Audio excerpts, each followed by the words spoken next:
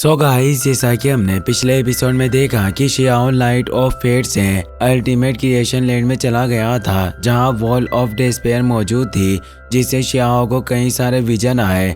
उसने कई सारे पावरफुल लोगों को देखा, पर वो मारे गए थे। शियाओ निराश हुआ, पर वो समझ गया कि वो दीवार उसे आगे बढ़ने से रोकना चाहती थी और शियाओ किसी भी कीमत पर पीछे नहीं हटना चाहता था। उसने वॉल ऑफ डिस्पेयर को तोड़ दिया और अंदर चला गया। गेट ऑफ लाइट इससे बंद नहीं हुआ था, जिससे सभी लोगों को लग रहा था कि उनके लिए भी गेट ऑफ लाइट में मौके हो सकते हैं जिससे वो ट्रेजर हासिल कर पाए। वो सभी भी अंदर चले गए थे। शियाओ फेरी टॉम्ब में पहुंच गया था, जहां कई सारे कॉफिन मौजूद थे।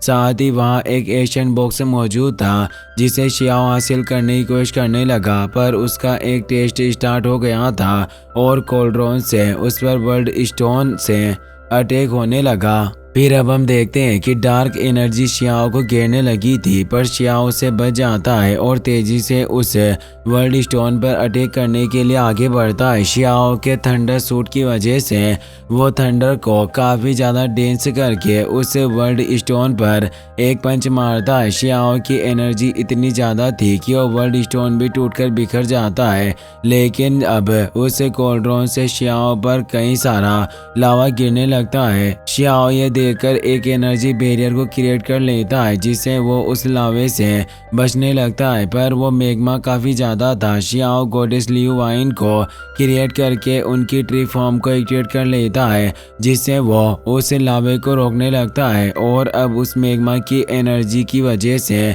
शियाओ ट्रू गॉड रियल्म के लास्ट स्टेज में पहुंच गया था। वो अपनी डाल्वो इमोर्टल स्वॉर्ड को बाहर निकाल लेता है और उसके स्लेश से ही उस कोल्ड्रोन को काटकर नष्ट कर देता है, जिससे एक तेज विस्फोट होता है, जिससे अब शियाओ ने इस टेस्ट को पास कर लिया था। वो सोचता है कि इस कोल्ड्रोन के एनर्जी की वजह से मैं वास्तव में ट्रू गॉड रियल्म के लास्ट स्टेज में पहुंच गया हूं और साथ ही मेरी विलो गॉडेस की टेक्निक में भी काफ़ी ज़्यादा सुधार हुआ है। वास्तव में मुझे अब इस जगह से काफ़ी फ़ायदा मिला और उसने एशियन ट्रेजर बॉक्स को भी हासिल कर लिया था और शायद उस बॉक्स में एशियन इमोर्टल की अल्टीमेट क्रिएशन मौजूद होगी। शियाओ सोचता है कि जहाँ तक महसूस कर पा रहा हूँ कि नेक्स्ट स्टेज में ब्रेक थ्रू करना अब ज़्यादा दूर नहीं है, और वो अपनी पूरी पावर का इस्तेमाल करके उस ट्रेजर बॉक्स को खोलने की कोशिश करने लगता है, पर वो खोल नहीं पा रहा था, जिससे वो परेशान हो जाता है। वो कहता है कि मैं इतना पावरफुल हो चुका हूँ, फिर भी अपनी इस करंट रियल्म की पावर से इस बॉक्स को खोलकर देखने के योग्य नहीं हूँ। तभी वहाँ मौजूद सभी कॉफिन से एनर्जी रिलीज होने लग गई थी। शियाओ उस ट्रेजर बॉक्स को अपने पास रख लेता है। शियाओ सोचता है कि मैं नहीं जानता कि आखिर क्या हो रहा है, पर क्या इन कॉफिन की वजह से मेरे पास और ज़्यादा ट्रेजर और टेक्निक को हासिल करने की अपॉर्चुनिटी हो सकती है, पर क्या मैं इस कॉफिन को खोलने के लिए भी योग्य नहीं हूँ। वो देखता है कि उस कॉफिन में एशियन एरा के सुप्रीम स्क्रिप्चर्स मौजूद है, साथ ही उन कॉफिन में मिस्टीरियस इमोर्टल सीड भी मौजूद था। वो तेजी से उस कॉफिन के पास जाता है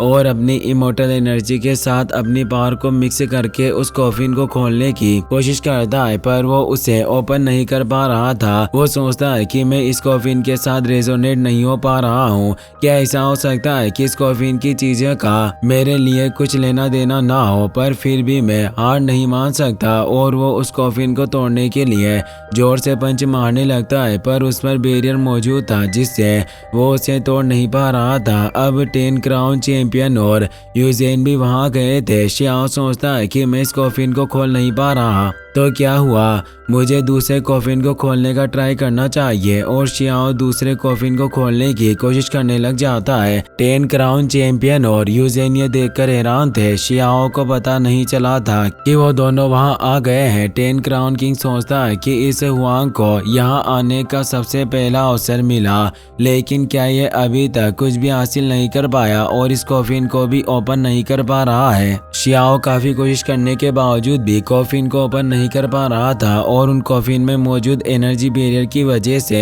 वो हर बार दूर होता जा रहा था। वो बोलता है कि मैं विश्वास नहीं कर सकता कि इनमें से किसी भी कॉफिन को खोल नहीं सकता और यहाँ का कोई भी कॉफिन मेरे साथ रेजोनेट नहीं कर रहा है। लेकिन तभी एक कॉफिन खुलने लगता है। शियाओ इससे खुश हो जाता है और सोचता है कि मैं खुद को गलत समझ रहा था, आखिर मेरा भाग्य इतना भी खराब नहीं हो सकता। और उसे कॉफिन में से स्क्रिप्चर्स और डिवाइन सीड निकल कर आने लगते हैं, पर वो शियाओ के पास नहीं आते बल्कि वो यूजेन के पास चले जाते हैं क्योंकि वो उसकी बॉडी के साथ रेजोनेट कर रहे थे। यूजेन कहता है कि मैं इस बुक में मौजूद चीज़ों के बारे में कुछ नहीं जानता, लेकिन ये इमोर्टल सीड में जिस बात को कल्टिवेट करता हूँ ये उसकी वजह से मेरे साथ रेजोनेट हो रहा है।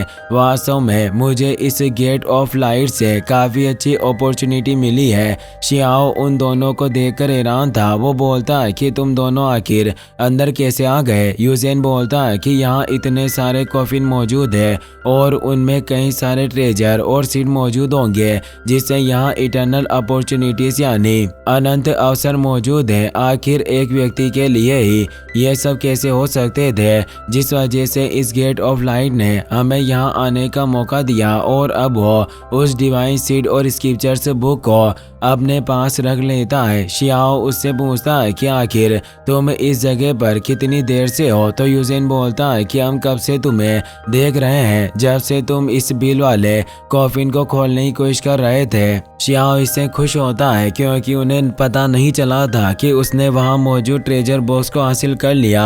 अब वहां दूसरे कॉफिन में से भी स्क्रिप्चर बुक और डिवाइन सीड बाहर निकल आते हैं, पर वो भी शियाओ के पास नहीं आते बल्कि वो 10 क्राउन चैंपियन की बॉडी के साथ रेजोनेट हो रहे थे। यूजेन बोलता है कि शायद इस जगह पर मौजूद कॉफिन को देखकर लगता है कि इस जगह पर ट्रेजर को प्राप्त करने के लिए ताकत की जरूरत नहीं है। वो शियाओ पर मुस्कुरा रहा था क्योंकि उसे लगता था कि शियाओ अभी तक कुछ भी हासिल नहीं कर पाया। शियाओ बोलता है कि तुम कहना क्या चाहते हो कि भाग्य में जो लिखा होता है वही होता है और ये ट्रेजर पहले से ही अपने मास्टर को चुन चुके हैं, और क्या मैं एक अनलकी पर्सन हूँ जो मुझे कोई ट्रेजर नहीं मिला। अब निंग चुआन, शी, चांग गोंगयान, काओ यूशेंग और बाकी सभी भी वहां गए थे। चांग गोंगयान शियाओ से कहता है कि तुम यहाँ काफी लंबे समय से हो, क्या तुमने ट्रेजर को हासिल कर लिया। शियाओ मुस्कुराता हुआ कहता है कि मैं बस अच्छी चीज निकालना चाहता था, इसलिए मैं आराम से ट्रेजर हासिल करना चाहता हूँ। तभी काओ यूशेंग धीरे से शियाओ को बताता है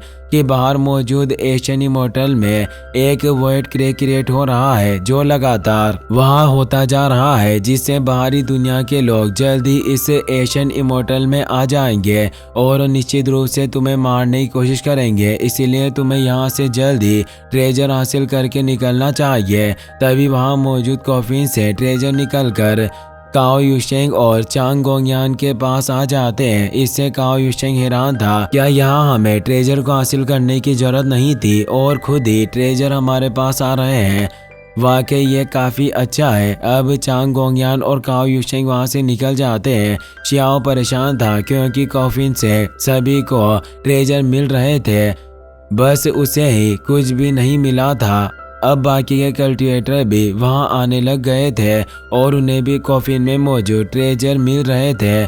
शियाओ सोचता है कि मैं सबसे पहले यहाँ आया, फिर भी मैं इस कॉफिन से कुछ हासिल नहीं कर पा रहा हूँ, जिससे सभी मुझ पर हंस रहे हैं। लेकिन इन्हें नहीं पता कि यहाँ मौजूद सबसे प्रेशियस ट्रेजर बॉक्स को मैं पहले ही हासिल कर चुका हूँ। एक नॉर्मल प्रैक्टिशनर कॉफिन के पास चला जाता है और सोचता है कि मुझे यहाँ से कुछ नहीं मिला और ये डिवाइन सीड और टेक्निक मेरे साथ रेजोनेट नहीं कर रही है, इसलिए मैं खुद ही डिवाइन सीड को हासिल करूँगा। और वो उस कॉफिन को खोलने लगता है, पर उसमें मौजूद एनर्जी की वजह से उसे काफ़ी दर्द होने लगता है। ये एनर्जी इतनी ज़्यादा थी कि इसका वो सामना नहीं कर पाता और एक ब्लास्ट के साथ वो खत्म हो जाता है। शियाओ ये देखकर हैरान था। वो सोचता है कि मैं पावरफुल था जिसकी वजह से कॉफिन मेरे साथ कुछ नहीं कर पा रहा, पर जो लोग इन ट्रेजर को लेने के योग्य नहीं है उन्हें कॉफिन मार रहे हैं। वास्तव में मेरा भाग्य अच्छा था जो मुझे इस कॉफिन की वजह से कुछ नहीं हुआ, और वहाँ मौजूद काफी सारे पेटिशनर उन कॉफिन को खोलने की वजह से मरने लगते हैं। शी ने भी इमोर्टल एनर्जी को कल्टिवेट कर लिया था जिससे वो भी वहाँ कॉफिन में से इमोर्टल सीड और ट्रेजर को हासिल कर पाता है। तभी एक और कॉफिन में से इमोर्टल सीड और स्क्रिप्चर बुक निकल कर आने लगती है। शियाओ को लगता है कि शायद अब उसके पास मौका आ चुका है, पर वो इमोर्टल सीड और स्क्रिप्चर बुक जियान यून के पास चली जाती है जो भी वहां चुका था। शियाओ को उसे देखकर काफी गुस्सा आता है। वो बोलता है कि मैं सभी लोगों को नजरअंदाज कर सकता हूँ पर तुम्हें कभी माफ नहीं कर सकता जो सिनफुल ब्लड को अपना दुश्मन मानते हैं। तुम विसोर्ट वैली के लोग भी मेरा फायदा उठाना चाहते हो, इसकी सजा तुम्हें जरूर मिलेगी। और वो जियान यून को एक पावरफुल पंच मारता है जिससे जियान यून दूर जाकर टकराता है। शियाओ उस इमोर्टल सीड और बुक को हासिल करने की कोशिश करता है पर वो वहां से नीचे चली जाती है। शियाओ को काफी गुस्सा आता है और वो कहता है कि इस डिवाइन स्टोन और बुक ने खुद को गायब कर लिया है, पर आखिर मैं इन्हें प्राप्त क्यों नहीं कर पा रहा हूँ। निंग चुआन को भी अपना ट्रेजर मिल गया था जिससे वो वहां से निकलने लगता है। जियान यून भी वहां से निकलने लगता है क्योंकि वो जानते थे कि शियाओ उनसे बदला लेगा। शियाओ अपनी पूरी पावर से वहां मौजूद कॉफिन को ही उठाने लगता है जिससे काफी तेज एनर्जी रिलीज होती है, पर शियाओ ने उस कॉफिन को उठा लिया था। वो कहता है कि निंग चुआन और जियान यून में तुम्हें कभी भी यहाँ से ट्रेजर लेने की इजाजत नहीं दे सकता, और वो उन पर कॉफिन से अटैक करता है पर वो वहाँ से निकल जाते हैं और वो उस कॉफिन के अटैक से भी बच गए थे। जियान यून और निंग चुआन उस फेरी टॉम से बाहर आ चुके थे। वो कहते हैं कि हमें अपने ट्रेजर पहले से ही मिल चुके हैं, इस हुआंग से हम बाद में निपट लेंगे। शियाओ भी ये सुन लेता है, उसे काफी गुस्सा आता है। वो कहता है कि अपनी बकवास बंद करो, तुम यहाँ से बचकर भाग नहीं सकते, और वो वहाँ से कॉफिन को अपने आप रखकर निंग चुआन और जियान यून के पीछे जाता है। इससे वो दोनों परेशान हो जाते हैं। काओ युशेंग और उसके बाकी दोस्त भी शियाओ के पीछे आ रहे थे, पर निंग चुआन और जियान यून उस लाइट गेट से बाहर निकल जाते हैं। निंग चुआन देखता है कि आसमान में वनली क्रिएचर दिखाई दे रहा है। वो बोलता है कि यह डीमन ड्रैगन सेक्ट का एक पेटिशनर है, जिससे वो खुश हो जाता है क्योंकि वो सभी वांग को मारने के लिए यहाँ आए थे। जो बाहरी लोग थे वो उस डीमन ड्रैगन सेक्ट के उस पेटिशनर से कहता है कि वांग जल्दी गेट से बाहर आने वाला है, और वो जियान यून के साथ वहां से निकल जाता है। शियाओ अब शी, काओ युशेन और बाकी के लोगों से बाहर निकल आया था, लेकिन उस पूरे एशियन अरीना के चारों तरफ